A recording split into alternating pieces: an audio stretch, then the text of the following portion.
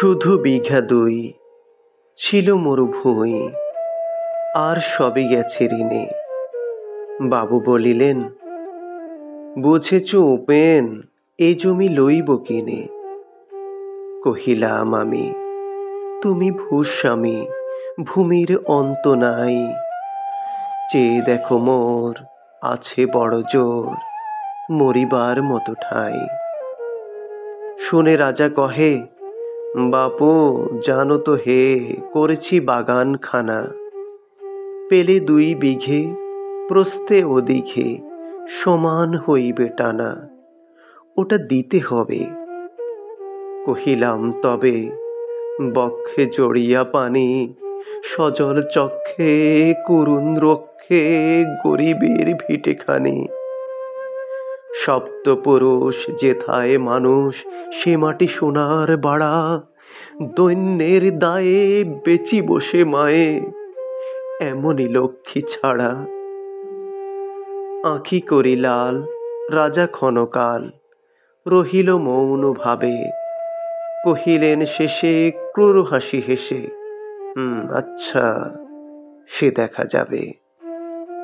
পরে মাস দেড়ে ভিটে মাটি ছেড়ে বাহির হইন পথে।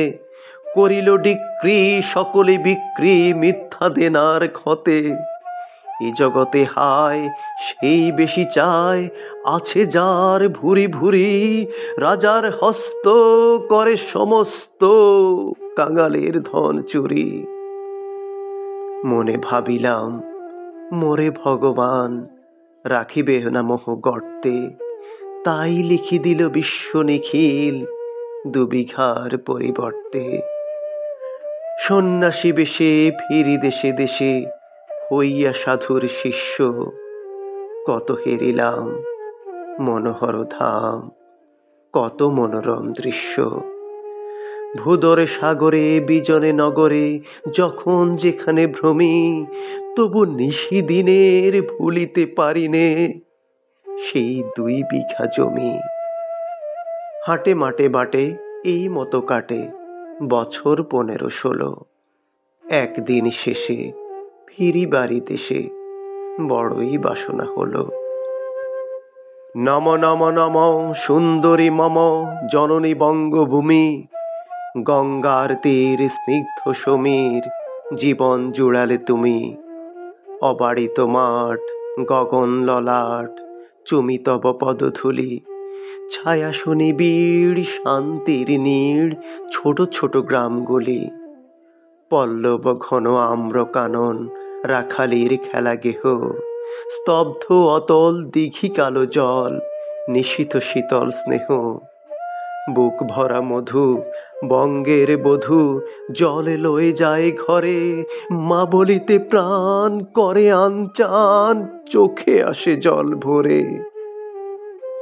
2 দিন পর দ্বিতীয় প্রহরে প্রবেশ নিজ গ্রামে। কুমোরের বাড়ির দক্ষিণে ছাড়ি রত্তলা করি বামে। রাখি হাটখোলা নন্দীর গোলা মন্দির করি পাছে। ত্রিশাতুর শেষে পৌঁছিনু এসে আমার বাড়ির কাছে। ধিক ধিক করে শতধিক তোরে, নীলাজ কুলোটা ভূমি। যখনই যাহার তখনই তাহার, এই কি জননী তুমি। সে কি মনে হবে একদিন যবে ছিলে দরিদ্র মাতা, আঁচল ভরিয়া রাখিতে ধরিয়া ফল ফুল শাক পাতা। আজ কন্দ্রিতে কারে ভুলাইতে ধরেছ বিলাস বেশ। 5 রঙা পাতা অঞ্চলে গাথা, পুষ্পে খচিত কেশ। আমি তোর লাগি ফিরেছি বিবাগী, গৃহহারা সুখহীন। তুই হেথা বসি ওরে রাক্ষুসী, হাসিয়া কাটাস দিন। ধনীর আদরে গরব না ধরে এতই হয়েছ ভিন্ন। কোনোখানে লেশ নাহি অবশেষ, সেদিনের কোনো চিহ্ন। কল্যাণময়ী ছিলে তুমি ওই ক্ষুধাপারা সুধারাশি। যত হাসো আজ, যত করো সাজ, ছিলে দেবী হলে দাসী। বিদীর্ণ হিয়া ফিরিয়া ফিরিয়া প্রাচীরের কাছে আছে যে এখনো সেই আম গাছ, এ কি বসি তার তলে, নয়নের জলে শান্ত হইল ব্যথা, একে একে মনে উদিল স্মরণে বালককালের কথা।